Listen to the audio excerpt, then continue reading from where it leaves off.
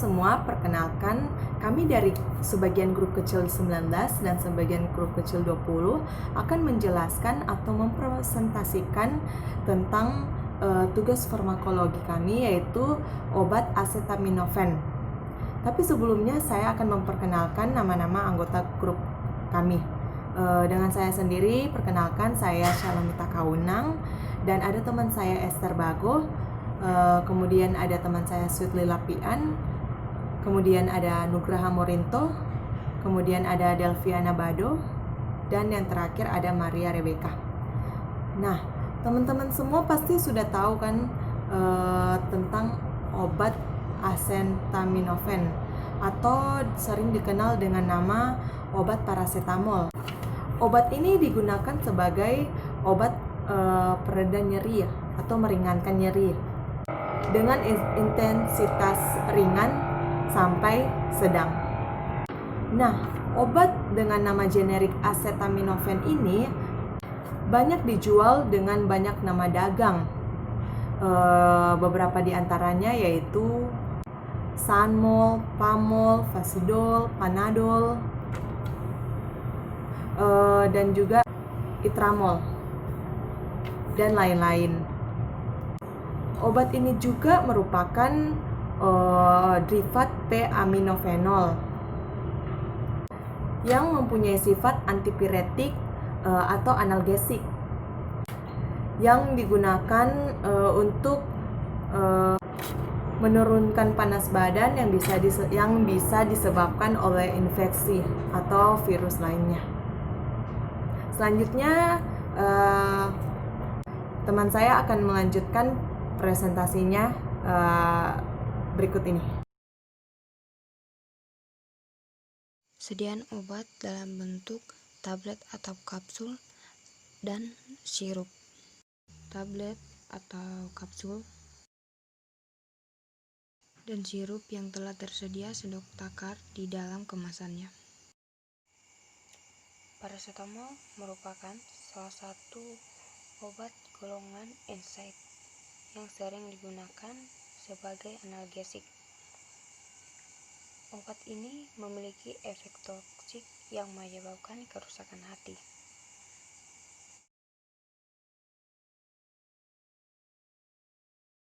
Shalom guys, perkenalkan nama saya Delviana Bado. Di sini saya akan melanjutkan untuk menjelaskan bagian indikasi dan kontraindikasi untuk obat acetaminophen serta efek samping yang ditimbulkan dari obat acetaminophen. Nah, untuk yang pertama, indikasi dari obat acetaminophen yaitu untuk mengurangi rasa nyeri ringan sampai sedang seperti sakit kepala, sakit gigi, nyeri otot, dan nyeri setelah demam. Acetaminophen juga sering disebut dengan paracetamol. Nah, paracetamol juga mempunyai efek anti radang yang lemah. Nah, selanjutnya untuk kontraindikasi dari obat acetaminophen. Yang pertama, tidak boleh diberikan kepada orang yang alergi obat inflamasi non-steroid, kepada penderita hepatitis, gangguan hati, dan juga ginjal, dan alkoholisme. Kemudian tidak boleh diberikan berulang kali kepada penderita anemia, gangguan jantung, gangguan paru, dan juga gangguan ginjal. Untuk resiko kerusakan hati banyak terjadi pada peminum alkohol dan juga pada pemakai paracetamol dalam dosis yang tinggi dan juga dalam jangka waktu yang lama. Dan untuk penggunaannya kita juga harus perlu teliti karena acetaminophen banyak terdapat dalam bentuk dan kemasan obat lainnya agar menghindari terjadinya overdosis. Nah, selanjutnya saya akan menjelaskan untuk efek samping dari obat acetaminophen atau yang sering disebut dengan paracetamol. Biasanya jarang ditemukan untuk efek sampingnya, namun tetap memiliki efek samping. Adapun efek sampingnya efek samping ringan dan efek samping yang berat. Untuk efek samping yang ringan biasanya itu hanya mengalami pusing. Nah, untuk efek samping yang berat itu biasanya berupa bintik-bintik pada kulit dan juga biduran, dan juga dapat mengancam nyawa. Nah, adapun juga gangguan pada darah yang terjadi, yaitu berupa perdarahan pada sistem pencernaan atau saluran pencernaan, dan juga penurunan trombosit dan leukosit, dan juga adanya gangguan darah putih. Demikian presentasi Dari saya, terima kasih.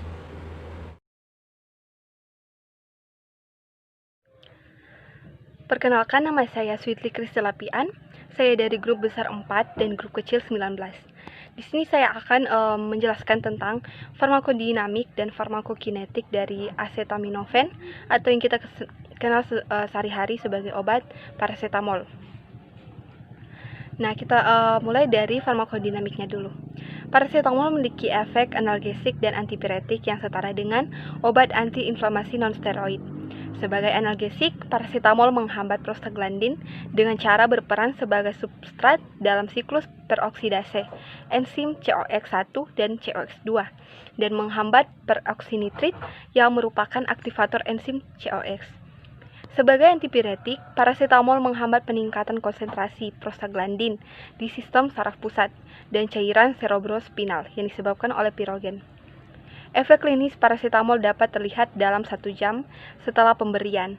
Dalam beberapa studi ditemukan bahwa paracetamol dapat menurunkan suhu sebesar 1 derajat Celcius setelah 1 jam pemberian.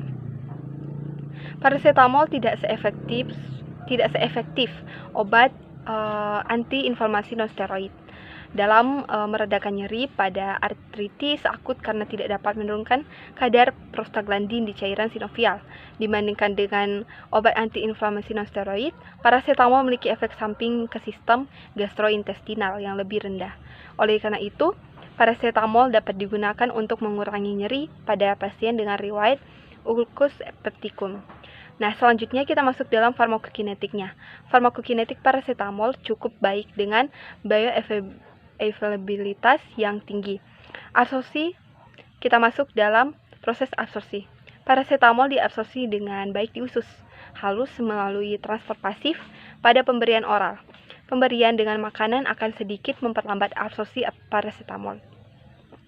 Pada pemberian melalui rektum, terdapat variasi konsentrasi puncak di plasma dan waktu yang dibutuhkan untuk mencapai konsentrasi puncak di plasma lebih lama. Selanjutnya kita masuk dalam proses distribusi.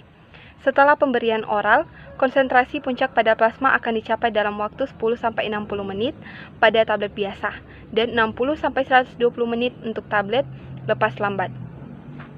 Konsentrasi rata-rata di plasma adalah 2,1 mikrogram per mililiter dalam 6 jam, dan kadarnya hanya dideteksi dalam jumlah kecil setelah 8 jam. Paracetamol memiliki waktu paruh 1-3 jam. Paracetamol juga memiliki bioavailabilitas yang tinggi, sekitar 25%. Paracetamol dalam darah diikat oleh protein.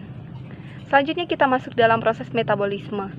Metabolisme paracetamol terutama berada di hati melalui proses glukuronidasi dan sulfasi menjadi konjugat non-toksik.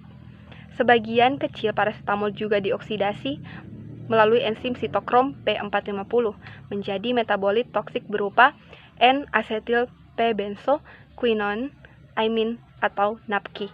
Pada kondisi normal, NAPQI akan dikonjugasi oleh glutathione menjadi cysteine dan konjugat asam merkapturat. Ketika diberikan dosis dalam jumlah yang besar atau terdapat defisiensi glutathione, maka NAPQI tidak dapat terdetoksifikasi dan menyebabkan nekrosis hepar akut. Terakhir kita masuk dalam proses ekskresi. Sekitar 85% paracetamol diekskresi dalam bentuk terkonjugasi dan bebas melalui urin dalam waktu 24 jam. Pada paracetamol oral, ekskresi melalui renal berlangsung dalam laju 0,16 sampai 0,2 ml per menit per kilogram berat badan. Eliminasi ini akan berkurang pada individu berusia lebih dari 65 tahun atau dengan gangguan ginjal. Selain ginjal, sekitar 2,6% akan diekskresikan melalui biliar. Paracetamol juga dapat diekskresikan dengan hemodialisa. Terima kasih. Kenalkan, nama saya Nugraha Adi Kesan Memorinto. Di sini saya akan menjelaskan yaitu 1 dosis dan cara pemberian, 2 nursing consideration. Yang pertama, dosis dan cara pemberian. Untuk dewasa itu 325 sampai 650 mg per 4-6 jam. Yang kedua, anak di atas 12 tahun itu sama dengan dewasa, yaitu 325 sampai 650 mg tiap 4-6 jam. Yang ketiga, anak 2 bulan sampai 12 tahun itu 10-15 mg per 4-6 jam sekali atau sesuai anjuran dari dokter. Untuk cara pemberiannya itu 1. Paracetamol tablet dan sirup, 2. Paracetamol suppositorik, 3. Paracetamol infus. Selanjutnya untuk nursing consideration itu ada 2, assessment dan intervensi. Untuk assessment, pertama kita mengkaji riwayat alergi dari pasien tersebut, yaitu alergi terhadap acetaminophen, alkohol, dan laktasi. Yang kedua itu kita mengkaji fisik pasien, yaitu warna kulit, lesi, dan fungsi dari ginjal tersebut. Selanjutnya intervensi yang kita lakukan yaitu memberikan dosis yang sesuai dengan anjuran atau tidak berlebihan. Yang kedua, konsultasikan kepada dokter jika terjadi sesuatu yang lebih tidak diharapkan. Ketiga, hindari menggunakan beberapa persiapan yang mengandung acetaminophen.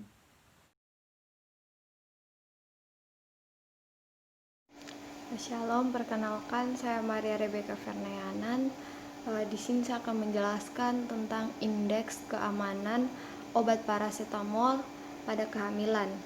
Berdasarkan keamanan pada ibu hamil, FDA atau Badan POM-nya Amerika mengelompokkan semua obat ke dalam beberapa kriteria A, B, C, D, dan X. Pengelompokan tersebut mulai dibagi dari yang paling aman atau kelompok A hingga yang paling berbahaya atau kelompok X. Paracetamol dimasukkan ke dalam kategori C. Pada penelitian terhadap alat perkembangbiakan hewan coba, di situ menunjukkan adanya efek samping pada janin. Sedangkan pada ibu hamil belum ada kajian yang mendalam. Obat kategori C ini hanya diberikan kepada ibu hamil bila manfaat yang diperoleh lebih besar daripada resiko yang mungkin terjadi pada janin.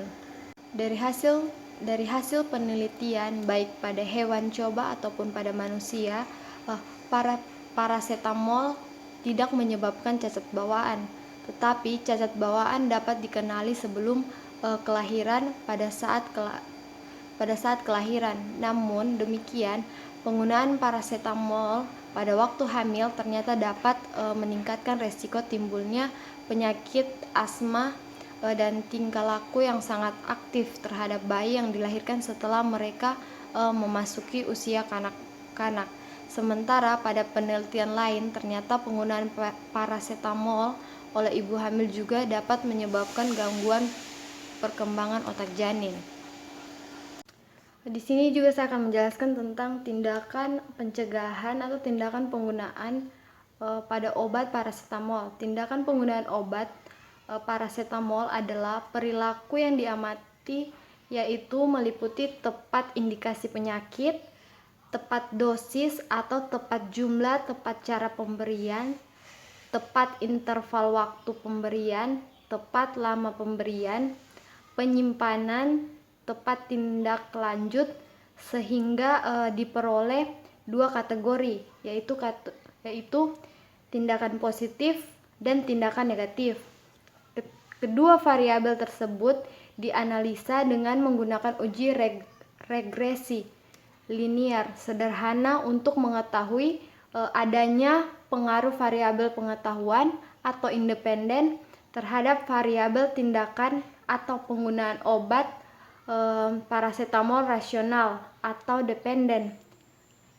Sekian dari presentasi online kelompok kami mengenai obat acetaminophen atau paracetamol. Terima kasih.